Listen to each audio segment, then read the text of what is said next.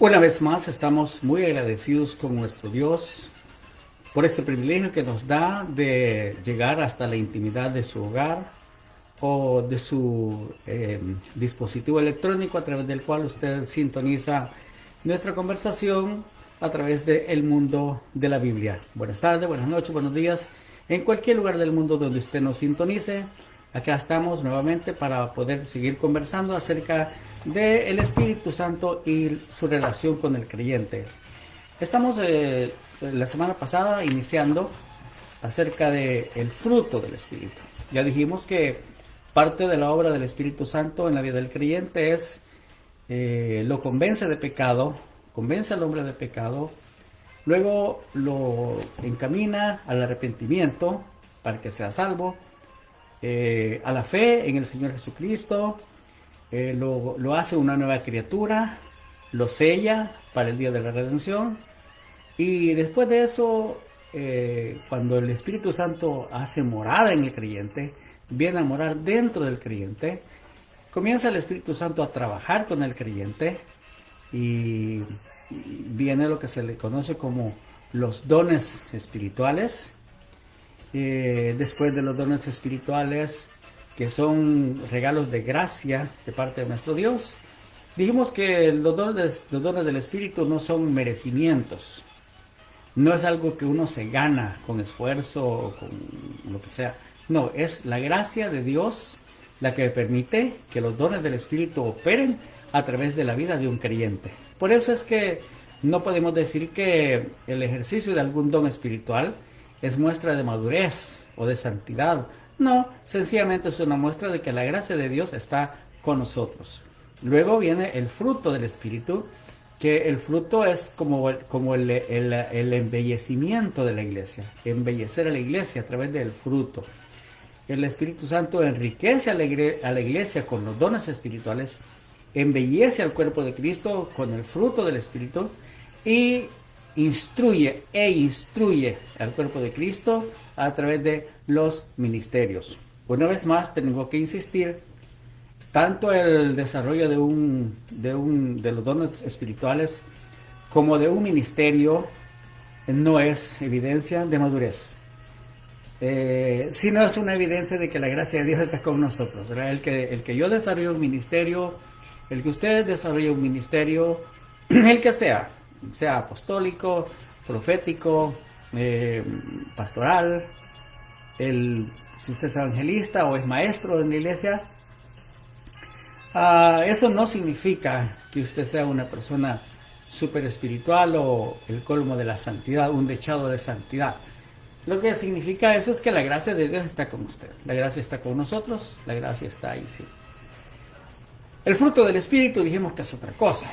El fruto del Espíritu es la evidencia de que una persona está arribando a una madurez y que la persona está arribando a un grado de comprensión, a un grado de entrega, a un grado de sumisión al régimen del Espíritu. Y por eso decíamos que la base de todo es el amor, una vida de amor, porque del amor de Dios que ha sido revelado en nuestros corazones, que ha sido derramado sobre nuestras vidas, es de donde se origina una vida fructífera, del amor. Igual el amor, pues, en el ejercicio de los dones, el amor es básico. En el ejercicio de los ministerios también el amor es básico. Entonces, el amor hacia Dios y el amor hacia el prójimo, no el amor propio, no el narcisismo, porque ya lo vimos, pues existe el narcisismo, existe el amor propio, y lamentablemente es lo que se mira a nuestro alrededor, ¿verdad? Una manifestación tremenda de amor propio a nivel ministerial, apostólico, profético, bueno, ¿cuántos? Los ministerios que sean. Pero lo que se mira es una muestra de arrogancia, una muestra de amor propio. Ya no se mira esa clase de humildad que hubo en los apóstoles del pasado. Así que la nueva era apostólica ha traído una manifestación tremenda de narcisismo entre los hombres de Dios. Así que ya hablamos la semana pasada pues acerca del amor, del gozo y la paz. Esos son dos aspectos de la vida de amor, de la vida fructífera, que nos hacen ver que primero el gozo del Señor ha sido derramado en nosotros y es un gozo que no tiene nada que ver con las circunstancias, es un asunto personal, es un asunto interno. Igualmente la paz. La paz es una paz que sobrepasa todo entendimiento, una paz que tienen aquellos que han experimentado el perdón de sus pecados, que han experimentado una vida nueva, una paz que no se puede comparar con nada de este mundo.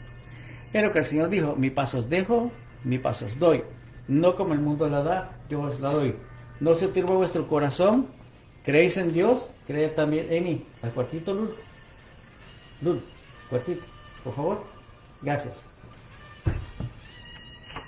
Niña, al cuartito. Muchas gracias. Adiós. Entonces, y ahora pues vamos a hablar acerca de una vida fructífera en nuestra relación con los demás. En nuestra relación con los demás. Y al decir los demás, me refiero no solamente al cuerpo de Cristo, no solamente a creyentes, sino me refiero a los demás, al vecino, al compañero de trabajo, a todo aquel que está cerca de nosotros. Niño, al cuartito, por favor. Por favor, gracias. Gracias. Disculpe, pero es que estos niños, yo les digo al cuartito y ellos tienen que irse para allá. Y allá van. Son bastante obedientes, gracias a Dios. Bueno, entonces vamos a hablar en este primer lugar de la paciencia. La paciencia significa longanimidad, apacibilidad, indulgencia. No hay espíritu de rencor. Es un equilibrio de todos los temperamentos y pasiones, completamente opuesto al enojo. Cuando hay paciencia, hay constancia, firmeza y perseverancia. El que es paciente es tolerante, clemente, indulgente. También significa resistir con paciencia. O sea, también significa eso, resistir. En el Antiguo Testamento, la paciencia es una decisión ejercida por Dios que se origina en su amor hacia el ser humano. Esa palabra en el Antiguo Testamento significa largo. Largo. ¿Qué significa ese largo? Se dice que es largo o es lento para airarse. Esa idea se expresa exactamente en la palabra longanimidad. La longanimidad significa la incapacidad de Dios para hacerle daño a sus criaturas. Dios no quiere hacerle daño a sus criaturas.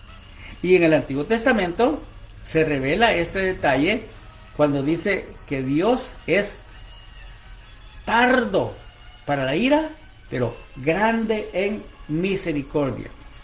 Dios es tardo para la ira, pero largo en misericordia, grande en misericordia. Dios tarda en airarse.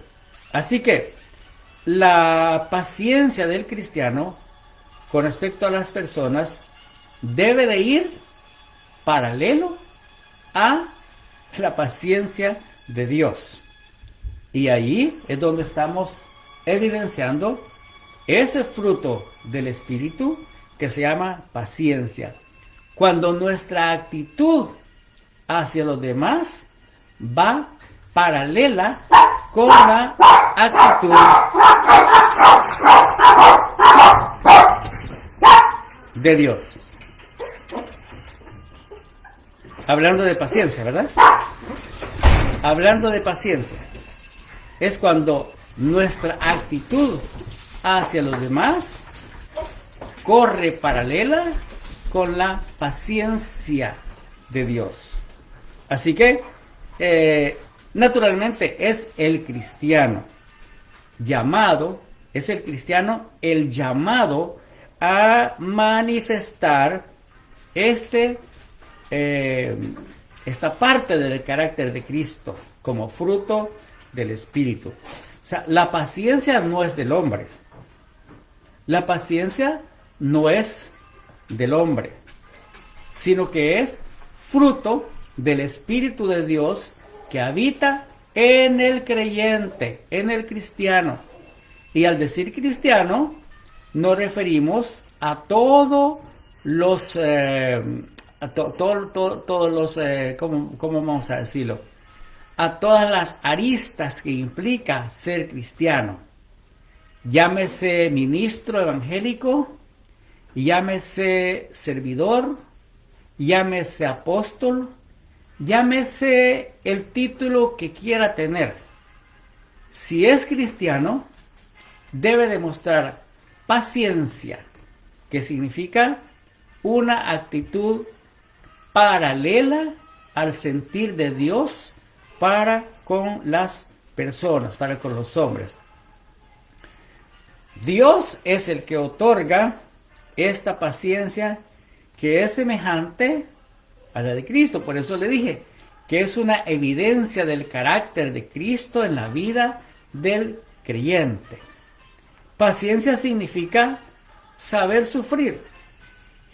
Para el cristiano es saber resistir la prueba, de lo que Pablo habla, por ejemplo, en la carta a los Corintios, capítulo 13, cuando dice que el amor es paciente, pero luego dice, es sufrido, es benigno, todo lo soporta, todo lo espera, todo lo cree. Entonces Pablo está diciendo en la primera carta a los Corintios, capítulo 13, hablando acerca del amor, que una muestra del amor de Dios en la vida del creyente es ser paciente.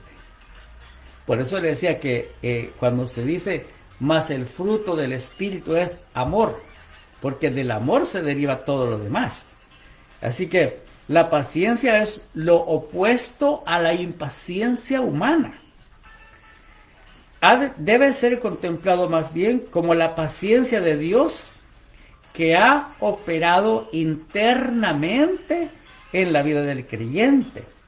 La paciencia infinita de Dios. La paciencia no tiene límites. Por eso cuando decimos, ya se me va a terminar la paciencia, estamos hablando de la paciencia de Eduardo Quijano, no de la paciencia de Dios. Porque la paciencia de Dios no tiene límites.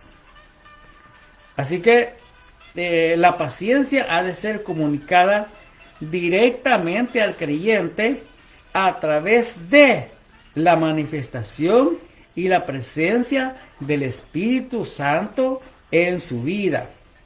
No solo se dice que la paciencia es un atributo de Dios, sino que el Señor de la gloria, con toda paciencia y longanimidad, vive en nosotros. El Señor de gloria, que es el Señor Jesucristo.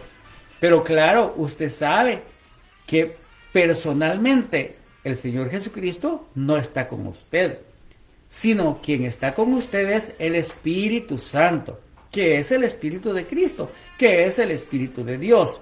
Y Él es el que tiene este fruto que se llama paciencia. Esta paciencia es una virtud que debe esperarse de la vida de cada creyente en medio de las más vitales instrucciones acerca de la responsabilidad de andar dignamente. O sea, ¿qué es andar dignamente como creyente? Es manifestar paciencia. No la suya, porque yo ya sé que usted no tiene paciencia. Yo tampoco. Yo no tengo paciencia. Soy bastante impaciente. Sin embargo, el Espíritu de Dios vence esa parte de nuestra naturaleza y hace manifestar en nosotros la paciencia como fruto del Espíritu. Luego viene la benignidad. También significa amabilidad, o sea, ser amables. Ser amables con otro. Todo lo contrario a la dureza, a la rudeza. Significa bondad, integridad, excelencia de carácter. El adjetivo también significa benévolo, o sea, benévolo, benevolente. Y también significa bueno de carácter. Ah, ese tiene buen carácter. Esa persona tiene buen carácter. Esa persona es bondadosa. Esa persona es íntegra. Esa persona es no es rudo para dirigirse a los demás. Es amable. Entonces, esta expresión benignidad, pues, significa todo eso. Y la benignidad es atribuida a Dios como otro de los atributos de Él, como ser divino. Y como nosotros, dice la Biblia que fuimos creados a la imagen y semejanza de Dios, pero por causa del pecado, perdimos todos esos atributos. Pero una vez que venimos a Cristo y Él comienza a restaurar en nosotros el hombre interior y pone el Espíritu Santo a vivir dentro de nosotros, entonces nosotros comenzamos a entregarle esa naturaleza vieja que teníamos, esa naturaleza violenta, esa naturaleza irascible, esa naturaleza pendenciera. Y Él va quitando lo viejo y va poniendo lo nuevo. A eso es a que el apóstol Pablo se refiere en el capítulo 5 de la segunda carta a los Corintios, cuando él dice: de modo que si alguno está en Cristo, nueva criatura es, y las cosas viejas pasaron, y aquí todas son hechas nuevas. Cuando yo escuché ese versículo por primera vez, yo era un creyente recién llegado a la iglesia. Y a mí me frustró un poquito el escuchar la predicación de esa vez. Porque el pastor lo decía así como con un tono de exigencia. Usted es nueva criatura. Todo lo viejo ya pasó y ahora usted es nuevo, todo es nuevo en usted, todo es nuevo, gritaba el predicador. Y entonces yo decía, entonces yo no soy nueva criatura, decía yo, porque yo sentía que dentro de mí, no, pues había un montón de cosas que seguramente que a Dios no le agradaban. Y yo decía, entonces, ¿y todas esas cosas que yo tengo entonces? ¿Qué? Pero cuando nosotros comenzamos a estudiar la Biblia con más énfasis, de manera temática y con una buena hermenéutica, nos damos cuenta de las conjugaciones de los verbos. Y por ejemplo, ese versículo está escrito en un presente progresivo, que significa que las cosas viejas están pasando. No es que pasaron, está traducido en participio, como que han pasado, ya pasaron, o sea, las cosas viejas han pasado. Es un participio compuesto porque lleva un verbo auxiliar, que es el verbo haber, han pasado. Pero en realidad dice, están pasando. Es un presente progresivo. Quiere decir que Eduardo Quijano, después de más de 30 años de caminar en la vida, en esta vida nueva, todavía tengo cosas, fíjese, de verdad, se lo confieso, que todavía tengo cosas que están pasando. Y el Señor está haciendo cosas nuevas en mí. Así que yo le ruego a usted de todo corazón que no se frustre si el predicador exige de usted una vida perfecta, porque es bien difícil. La vida perfecta va a ser posible cuando el Señor transforme nuestra naturaleza y nos arrebate de esta tierra. Mientras no suceda eso, nosotros estamos en un continuo progreso hacia una santidad perfecta. Entonces, vamos pues trabajando y vamos caminando hacia allá, vistiéndonos de benignidad, vistiéndonos de bondad, vistiéndonos de amabilidad, dejando la rudeza, dejando la ira, dejando todas esas cosas que pueden hacerle daño a los demás. Ese carácter feo que tenemos a veces, esas actitudes que tenemos, que son groseras a veces. Es difícil, pero hay que irlas dejando para que demos paso a la amabilidad, o sea, a la benignidad, para que demos paso a ese fruto maravilloso del Espíritu Santo, que embellece nuestra vida. Claro, una persona amable donde quiera cae bien, una persona bondadosa donde quiera cae bien, una persona que es benigna donde quiera cae bien, ¿verdad? Pero no estamos hablando de ser bobos tampoco, ¿verdad? Estamos hablando de un equilibrio, ya vamos a llegar ahí.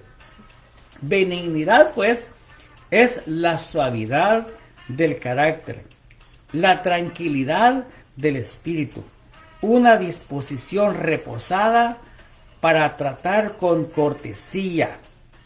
Esto solamente lo hace posible el Espíritu Santo en el corazón de un cristiano que es benigno,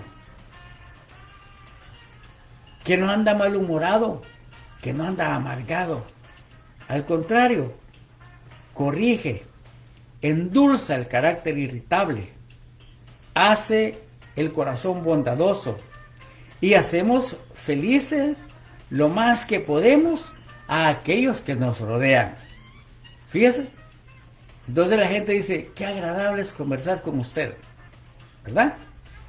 Qué bonito es conversar con usted, porque usted es un derroche de amabilidad, es una persona muy gentil, es una persona con la cual da gusto conversar.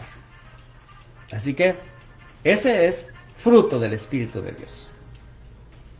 Luego está la bondad. La bondad se traduce como benevolencia, bondad, corazón recto y una vida recta. Son cualidades de hombres buenos. Un hombre bueno, un hombre bondadoso. Bueno, por lo tanto, significa más generosidad. Guiar a buenas obras. Tener un carácter bueno, mostrar nuestro amor cristiano con hechos a los demás y a nuestro prójimo. En el caso de la bondad, va más allá que la benignidad. Porque la benignidad es una actitud hacia los demás, pero la bondad viene siendo como una guianza. Es una guianza.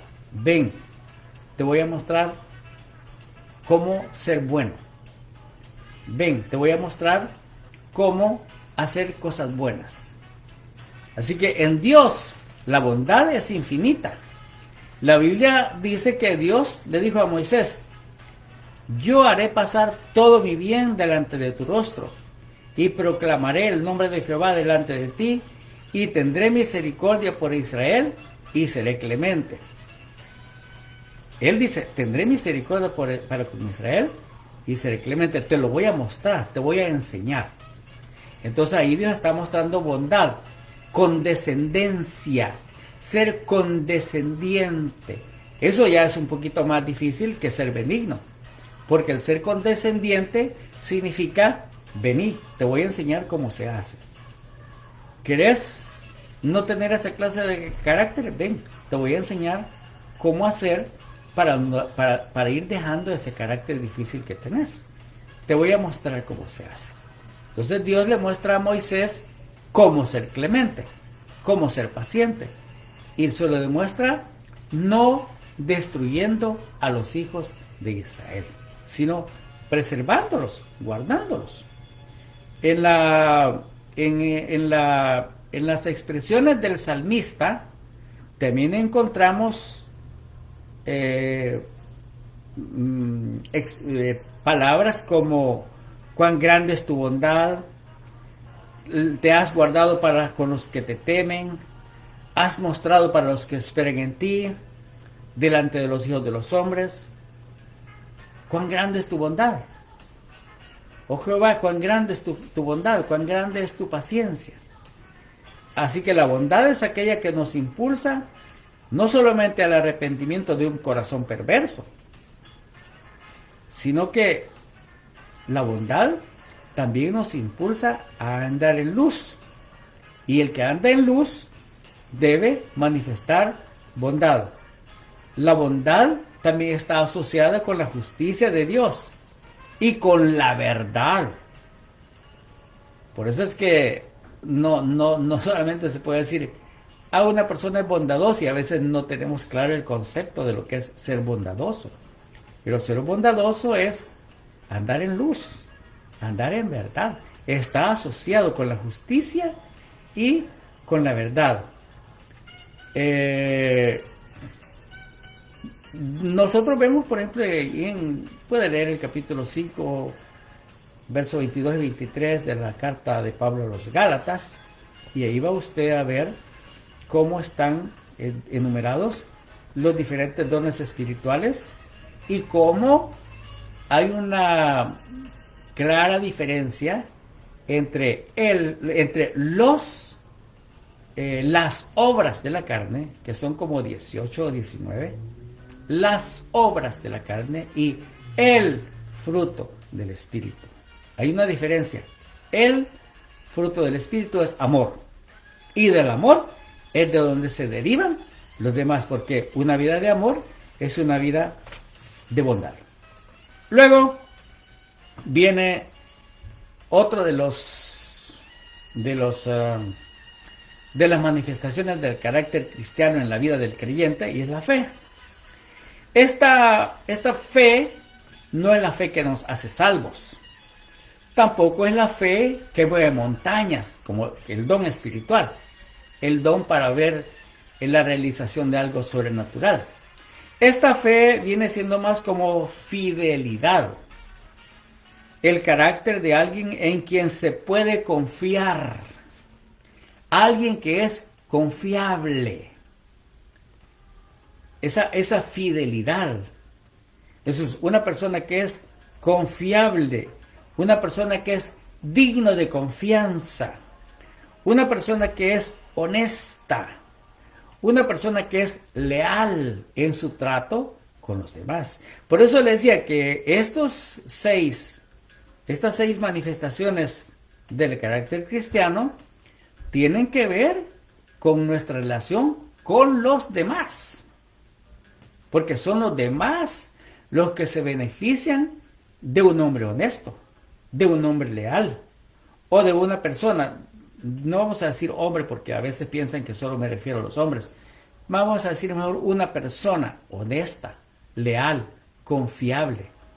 Una persona a la que alguien puede llegar y contarle sus dramas con la seguridad de que esa persona no va a ir a compartir esa confianza que le han tenido con nadie, absolutamente con nadie.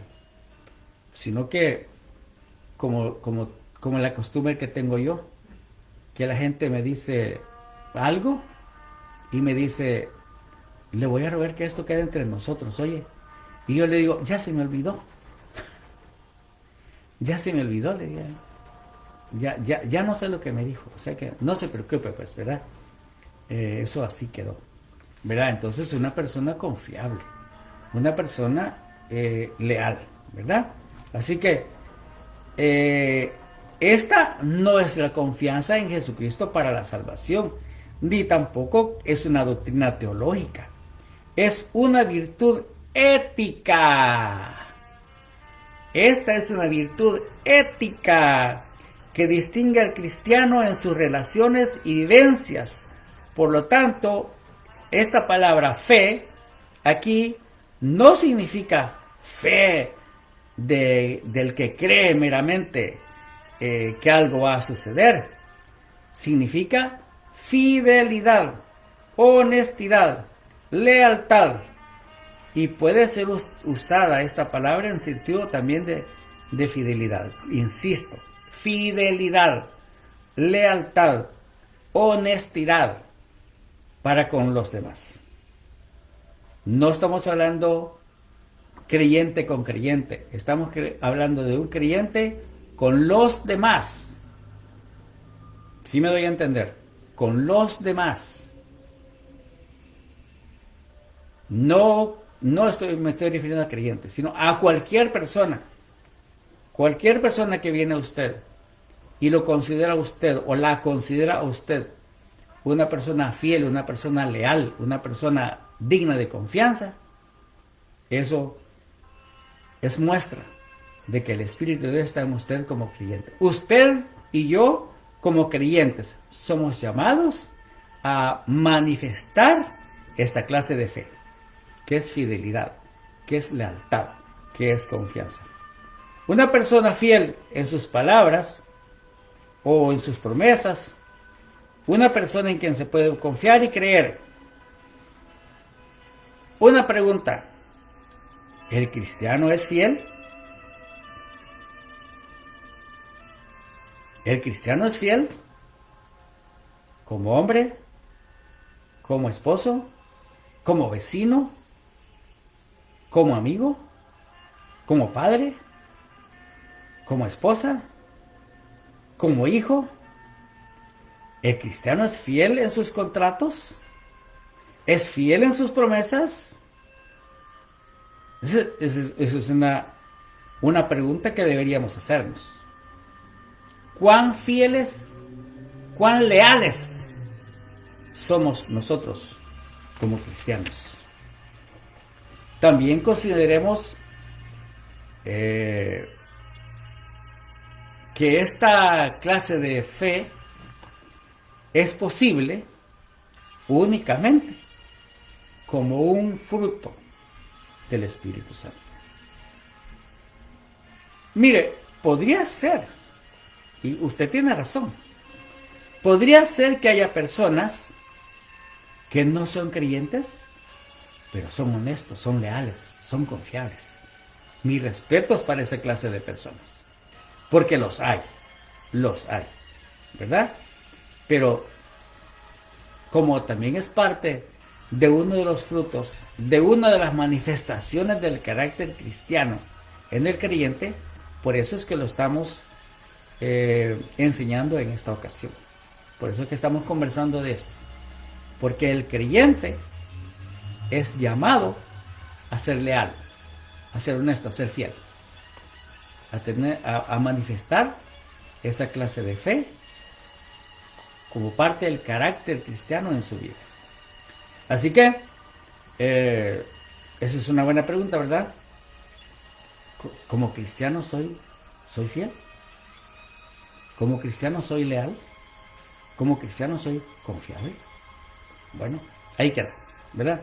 Luego viene este otro detalle, que es la mansedumbre. Esto proviene de otra palabra que significa gentileza, amistad dulce, lo opuesto a aspereza, a mal temperamento, enojo repentino. La mansedumbre soporta la incomodidad. Esta manifestación del carácter cristiano se puede manifestar solamente cuando estamos totalmente rendidos a Dios. A mí me llama la atención porque el Señor Jesucristo, hablando con sus discípulos, no le dijo: aprendan de mí que soy buen predicador, aprendan de mí que soy un buen maestro. Miren, yo me saco las enseñanzas de los pájaros, de los árboles, del pescador, del sembrador. De ahí me saco yo las enseñanzas. No, nada de eso, hermano, nada de eso, amigo. Dijo: aprendan de mí que soy manso y humilde de corazón, y hallaréis reposo para vuestras almas. Híjole, ahí ya somos llamados a estar crucificados juntamente con Cristo, hermano. Porque, pues sí, la mayoría de nosotros quisiéramos sobresalir, ¿verdad? Y ser buenos predicadores y que nos den un púlpito y predicarle a miles de personas, tener una iglesiota grande y que nuestros nombres aparezcan ahí en las vallas publicitarias, ¿verdad? Como el gran siervo de Dios. Pero el Señor dijo: no, hombre, aprendan de mí que soy manso y humilde. de corazón. Y entonces van a hallar reposo para vuestras almas. La mansedumbre de Dios no implica debilidad. El creyente lleno del Espíritu manifiesta mansedumbre. El hombre puede conocer el poder de la indignación, pero asimismo será manso. El elevado lugar que se le concede a la mansedumbre en la lista de las virtudes humanas se debe al ejemplo y a la enseñanza del Señor Jesucristo. Por ejemplo, la mansedumbre de Moisés se resalta allá en el libro del Deuteronomio, ¿verdad? Cuando se habla de que nunca se levantó profeta como Moisés, pero que él fue manso, fue un hombre manso. Pero él tenía una fortaleza de liderazgo y muchas veces se mostró dispuesto a aceptar daños personales sin resentimiento o recriminación, ¿verdad? Muchas veces él dijo, está bien, porque el Señor iba a matar a María y a Aarón cuando murmuraron contra Moisés, ¿verdad? Pero Moisés intercedió por ellos. Y bueno, a María nomás le dieron lepra por 7 días, ¿verdad? Y ya. Y entonces, pero Moisés era manso, él, no, Señor, espérate, tranquilo, no hagas nada, ¿eh? No, pero es que han hablado, han murmurado. El Señor recriminó duramente a María y a Aarón porque le dijo, ¿por qué han murmurado contra mi siervo Moisés? ¿Cómo no tuvisteis temor de murmurar en contra de mi siervo Moisés? Entonces el Señor defendió a Moisés. Y Moisés era manso, él dijo, no, Señor, no tomes en cuenta, déjalos, tranquilo, yo soy bien, a mí no me complica la vida eso, ¿verdad? Entonces, en el Nuevo Testamento, esta palabra se refiere a una actitud interior. Y como le dije, es posible únicamente a través de la obra del Espíritu Santo en la vida del creyente. Las personas que tienen esa mansedumbre no se resienten por las adversidades que la vida les pueda presentar, sino que todo lo aceptan así como que Dios tiene un propósito para su vida, ¿verdad? No, el Señor tiene un plan y el Señor por eso está permitiendo eso. Hermano, amigo, sinceramente le digo, yo creo que llegar a esos niveles sería bonito, ¿verdad? Sería glorioso llegar a esos niveles. El que tiene mansedumbre va a soportar el maltrato de unos y de otros. Y va a decir, seguramente que Dios quiere tratar conmigo. Por eso estos están haciendo eso. Como en el caso de David, ¿verdad? David mostró mansedumbre cuando aquel hombre lo iba insultando. Hombre sanguinario! El Señor está demandando de ti la sangre que has derramado. Y le tiraba piedras. Y el Joab, como era un tipo violento, le dijo, deja que yo vaya y le corte la lengua a ese perro muerto que viene insultando a mi Señor. Y David le dijo, no hombre, déjalo. Puede ser que el Señor le ha dicho que venga y me insulte. No te preocupes por eso, déjalo. O cuando Absalón vino contra David y le mandaron a decir a David, ahí viene Absalón. Y dijo, ¿y qué quiere el joven Absalón? El trono. Dele en el trono. Dijo, está bien. De todos modos, yo soy rey, aquí o en una cueva o en el desierto. Yo soy el rey porque yo he sido ungido rey. Pero si Absalón quiere el trono, dele en el trono. Pero David actuó, a pesar de que David era un guerrero violento, era un hombre apasionado, violento, y que también derramó sangre en muchas ocasiones, pero en esta vez actuó con mansedumbre. Entonces, imagínense nosotros, si lográramos actuar con mansedumbre en alguna situación de nuestra vida, definitivamente que otra cosa sería, ¿verdad? Y el último es lo que se le conoce como templanza. Esta templanza es una vida equilibrada, es dominio propio. Hay algún versículo en la Biblia que dice, es mejor es el que se enseñorea de su espíritu que el que conquista una ciudad. Entonces, enseñorearse del espíritu de uno, el espíritu del hombre, es lo más, será lo más maravilloso, lo más bonito que a una persona le puede suceder. Enseñorearse de su espíritu, dominar sus pasiones, dominar sus deseos, vencer a la carne. Y otra vez volvemos a lo que el apóstol Pablo dice: con Cristo estoy juntamente crucificado, y ya no vivo yo, mas vive Cristo en mí. Y lo que ahora vivo en la carne, lo vivo en la fe del Hijo de Dios, el cual me amó y se entregó a sí mismo por mí. Así que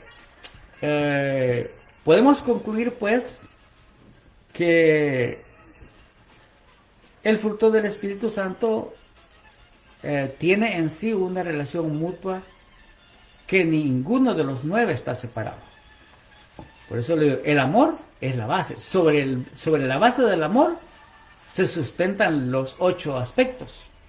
Vea, si usted quiere, ponga el amor abajo y sobre el amor edifique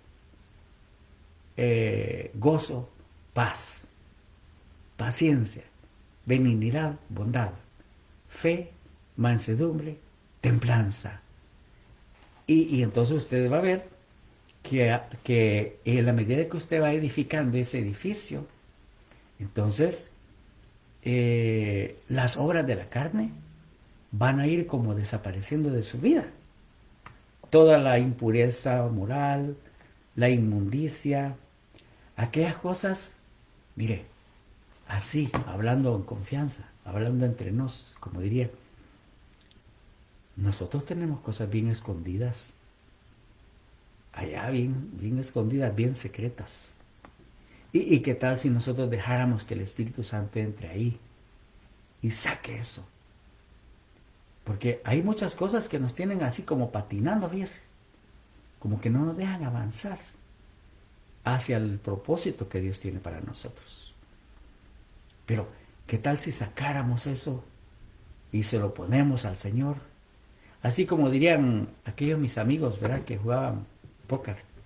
Pongamos las cartas sobre la mesa, ¿verdad? Pongamos las cartas sobre la mesa y hablemos. Entonces, como si el Espíritu nos dijera a nosotros, ¿verdad? Yo lo siento para mí, ¿verdad? Yo no sé usted, pero para mí, en mi caso, yo lo siento así como si el Espíritu me dijera: ok, Eduardo, va, pues pongamos las cartas sobre la mesa y conversemos face to face, cara a cara. Dame todas tus miserias, dame todas las inmundicias que vos tenés, y yo te voy a recompensar dándote una vida fructífera. Dándote una vida fructífera. Y entonces nosotros comenzamos a sacar las cosas que tenemos escondidas y se las damos. Y el Espíritu hace porque cada vez que usted saca algo de aquí, queda un vacío. Entonces ese vacío tiene que ser llenado por algo del Espíritu de Dios. ¿Ve? Entonces ahí se cumple otra vez 2 Corintios 5:17. Las cosas viejas están pasando y el Espíritu Santo está poniendo cosas nuevas en nosotros. Mire qué lindo, mire qué bonito. Así. Saca algo viejo de nosotros y pone cosas nuevas. Pero él como es un caballero, él no va a irrumpir violentamente, tirando las puertas y sacando de nosotros lo que a él no le gusta. No, él está ahí. Él espera que nosotros voluntariamente saquemos esas cosas que nosotros sabemos que a él no le gusta, que son las obras de la carne, que son, sí, las obras de la carne, que están ahí enumeradas en Gálatas 5, del verso 19 en adelante. Dice: manifiestas son las obras de la carne. No, hombre, hay como 19 o, a ver, 20 creo, que hay que sacarlas para que el fruto del Espíritu se vaya evidenciando en cada uno de nosotros. Bendiciones, feliz noche, donde quiera que se nos sintonice. La otra semana, primero Dios, vamos a platicar acerca de un emocionante tema, también del Espíritu Santo. el Espíritu Santo y su accionar en la vida del creyente. La otra semana hablaremos de los ministerios. O sea, dijimos que los dones del Espíritu son para enriquecer a la iglesia. El fruto del Espíritu es para embellecer al cuerpo de Cristo, que es la iglesia. Los ministerios son para instruir al cuerpo de Cristo, que es la iglesia. Así que vamos a hablar acerca de los dones de los ministerios la otra semana, si el Señor nos permite. Feliz noche, feliz fin de semana, amigos, donde quiera que estén, o el día que nos esté sintonizando. Felicidades, bendiciones para todos en cualquier parte del mundo. Adiós.